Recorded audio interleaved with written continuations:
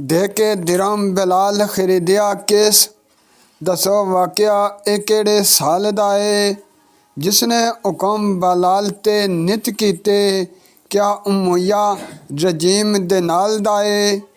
ਬਾਦ ਪਰਦੇ ਹਜ਼ੂਰ ਉਹ ਕਿਆ ਕਿੱਥੇ, ਕੀ ਸਬਬ ਬਣਿਆ ਇੰਤਕਾਲ ਦਾ ਏ। ਅਹਲੇ ਜ਼ੌਕ ਦੇ ਕੋਲੋਂ ਜਾਵੇਦ ਪੁੱਛਦਾ, ਕਿੱਥਾ ਰੋਜ਼ਾ ਮੁਬਾਰਕ ਬਲਾਲ ਦਾ ਏ, ਕਿੱਥੇ ਰੋਜ਼ਾ ਮੁਬਾਰਕ ਬਲਾਲ ਦਾ ਏ। ਉਹ ਕੌਣ ਜਿਹਦਾ ਵਾਰਿਸ ਸਦੀਕ ਬਣਿਆ, ਸਰੇਆਮ ਹੋਈ ਖਰੀਦਾਰੀ ਕਿਸ ਦੀ। ਕਿਸ ਤੇ ਕਾਫਰਾਂ ਨੇ ਬਹੁਏ ਜ਼ੁਲਮ ਕੀਤੇ, ਨਿਕਲੀ ਫਿਰ ਵੀ ਨਾ ਆਤੇ ਜ਼ਾਰੀ ਕਿਸ ਦੀ। ਕਿਸ ਦੇ ਇਸ਼ਕ ਨੇ ਹੱਕ ਦੇ ਰਾਹ ਦਸੀ, ਐਸੀ ਦਿਲ ਅੰਦਰ ਬੇਕਰਾਰੀ ਕਿਸ ਦੀ।